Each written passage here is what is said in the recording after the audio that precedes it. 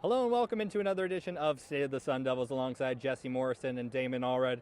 I'm Jeremy Schnell. It is the FanFest edition of State of the Sun Devils. What a great turnout it was, guys. And this kind of marks the end of spring practice, Damon. So, with that being said, what are your main takeaways? Or if there was one main takeaway that you could take away, that's a lot of saying takeaway, from this spring practices throughout spring practice. Well, I think it'd be hard not to start with the bear crawl that Kenny Dillingham did. And so I won't do that. I'll start with just that this team just looks better than they were last year in really all phases of the game. Obviously, maybe not. Bear crawl is right here, right now. Yeah, I'm putting it on the screen. Is that a Baylor bear crawl? No, a Sun Devil bear crawl. Anyway, this team looks a lot better, I think. And Wow. I think, obviously, the one big piece that you're not going to have that you wish you did is Cam Scattaboo. But, the running back room behind him, every single guy in that room that's left, obviously, Alta McCaskill, who is good, transferred out. Potential to still come back, obviously, with those portal situations. But I think every running back in that room now is someone that you feel really good about getting the rock. And at receiver, you had questions, concerns maybe, but now a lot of those have been answered with how Jalen Moss and Jaron Hamilton and Malik McClain have looked. On the defense, goodness, everyone almost coming back, and all of them looking better. And that pass rush, which is something we've harped on a lot, looks a lot better as well. We're talking about Justin Watley and Clayton Smith getting in backfields and all that. I think there's really nothing to not like about this team. It's interesting, Jesse, because when you think about that, what Damon just said, obviously this team made it to the college football playoff last year. If this team is better, obviously expectations are high from, all the fans and us on this podcast, but are they even higher now because of what we've seen in the spring? Yes, being out here tonight at the FanFest, this team looks awesome.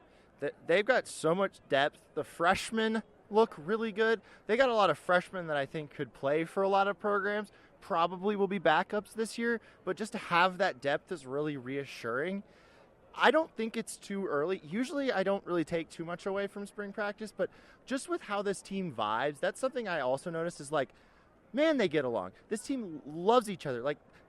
When Sam threw a touchdown tonight to Shimon Mateer, the entire team, including Sam, and he looks like a better leader out there, and the entire team, including Sam, mobbed him and got so hyped for him. So, yeah, but they're still competing at the same time, you can tell, which is really good. And, yeah, I think that the expectation should be further than last year. So at least one more game, and I'm going to say it. I'm going to predict it. They're going to go at least one more game further than they did last year. That would be incredible. And when you going off of what Jesse said, when you think about, obviously the having fun aspect, especially today, you saw them having fun, but it was also a mixture of competitiveness while having fun, and that obviously goes to something that Kenny talks about all the time. And we saw it here today. Obviously, this was supposed to be a fun day, but they've still got better. Yeah, and you think about the little activities that were here for the fans. There was one called the Quarterback Gauntlet where they sent some fans streaking down the field, similar to the Combine Gauntlet that they have the receivers do. Hold on. Jesse thinks he could have done better. I at least would have caught one pass. When I was looking at it, nobody caught a pass. No. Let me explain. So if you've seen the Gauntlet at the Combine, you'll basically run down a straight line and catch passes from both sides of you. And in this case, each of the ASU quarterbacks were just throwing darts, absolute darts. And, these guys obviously were not equipped to handle it. And it made for a lot of good fun. But, it's something where this whole community is getting connected around this football team. And that's something Kenny Dillingham has talked about, that this team is the community's team. And so for it to come out and support, I think the lower bowl was pretty full tonight. I think it's just a huge, it speaks to, the success that the team is having and what could potentially be in store if it continues to have that success. I don't want to digress too much, but my dad used to pretend he was Brett Favre in the backyard and throw me bullet passes like Brett Favre. I would catch them. So, yes, I could have caught at least one pass. Come on. Clearly, Jesse's dad has the same arm talent as Sam Levitt. Yeah, Jeff Sims was absolutely crushing these guys, like throwing it at their face. I felt bad for them. I really did. They had helmets, They had so helmets they were on. protected. Come on. They did have helmets on, but they didn't have pads on. It was hitting them in the chest. That looks like it hurts. Yeah, so these guys, they definitely had fun. But like I said, Damon, they got better. And that's all you can ask for. Now, what do we want to see moving forward going into fall camp? That's what the next step will be for this team. I think the biggest thing that I'm still not concerned about, I think in spring they answered all the concerns. There's still maybe some questions to be answered. And I think one of the biggest questions to be answered still is how well does the offensive line come together when, they've had some things shuffle around. We've talked about Ben Coleman's move to center. And, Maxwell Ionichor being out this spring has been, a tough pill to swallow. But, you've also had guys like Jalen Clem coming off, a stroke that, he's mauling guys at times in these practices. And it's against a defense that brings back almost the whole unit. And so I think that offensive line, once they kind of find the pieces to connect everything, I think that's kind of the next piece for the confidence that you're looking for in this offense. I kind of got ahead of myself, Jesse, because I did want to get your thoughts specifically on the tight end group. I know you really like Shimon Mateer, but there's another guy that's caught your eye. Oh no, for me, the one that caught my eye today, not the birthday boy, he's good. But say who the birthday boy is. I'm bad at pronouncing his name. AJ Ia. There you go, AJ Ia. So he's impressive. But Kentucky transfer tight end Kamari Anderson, 6'5", 245. I don't know if he's still 245. He might be a little bigger than that. He is impressive, and he looked good on the field, not just looked good physically. The tight end room is going to be really good. I mentioned Shimon had the catch. We just talked about the birthday boy. So this tight end room, run some 13. How about some 13? Anybody for that? Some 23, 2 backs, 3 tight ends. I mean, this team is going to be able to maul some people, which is going to be pretty fun.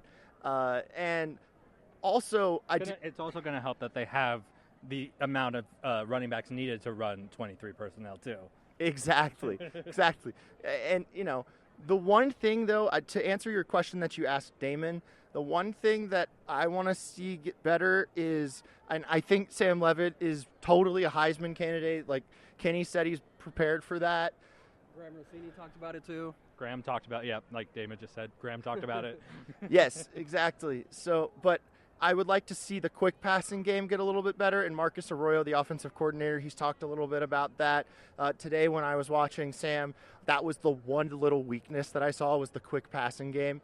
So that's what I'd like to see, because you're not always going to be able to hit those big plays. You've got to check it down sometimes, which I hate checking it down, but it's the reality of football. You've got to do it sometimes to, not throw an interception or whatever. And I know he didn't have a problem with that, but if the running game isn't quite Cam Scadaboo next year, they're going to have to do a little bit better with the intermediate passing, and I would like to see him still get a little bit better there.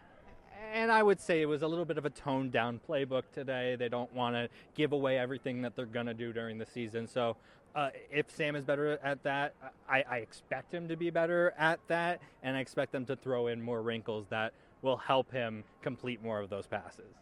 Yeah, I've talked at length this spring about just his command of the offense being so high right now. And, we've talked about the quick game was something that Kenny told me was a big part going into spring is, that's something they wanted to nail down.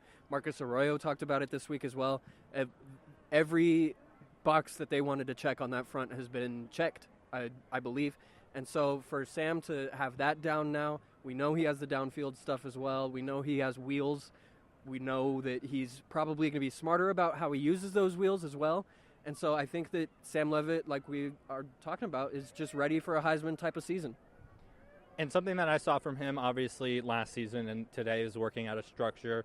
Some of those working out of structure turned into incompletions, which is fine during the spring. But the reason I bring that up is because we talked a lot about pass rush on this show. There was none today. I saw less of a pass rush than I wanted to see. You don't want to see pass rush in the spring. I want to see someone be. I don't want to see him tackle at the Sam, spring game. but just touch him, just poke Get him. home, touch, yeah, to poke him. I would like to see more of that as we get closer into the fall.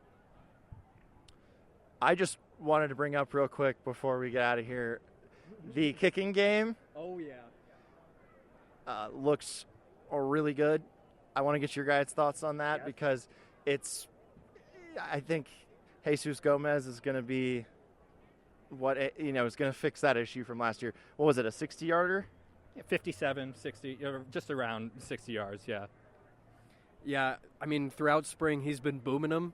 He's had multiple 50-pluses in practice, and, it just sounds different coming off his foot compared to the other guys, which the other guys have gotten better. Don't get me wrong, this spring, they've looked a lot better than... Kiefer didn't miss either. Yeah, they've looked a lot better than the disappointing season that they had last year, but to have a guy like Jesus who you can just rely on and know that whenever you're going to call his number, he's going to be there for you. And, I mean, Kenny has talked about the confidence he's shown, too.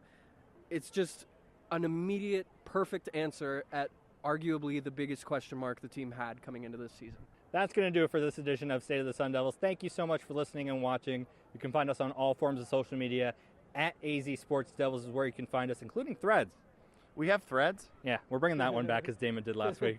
Damon's articles are all on Arizona Sports, on the Arizona Sports app and ArizonaSports.com, presented by Y-Refi. So please check those out. He does a very, very good job. We'll have lots of post-camp takeaway things throughout the weekend, so yeah. And he's taking pictures now, so please check those out.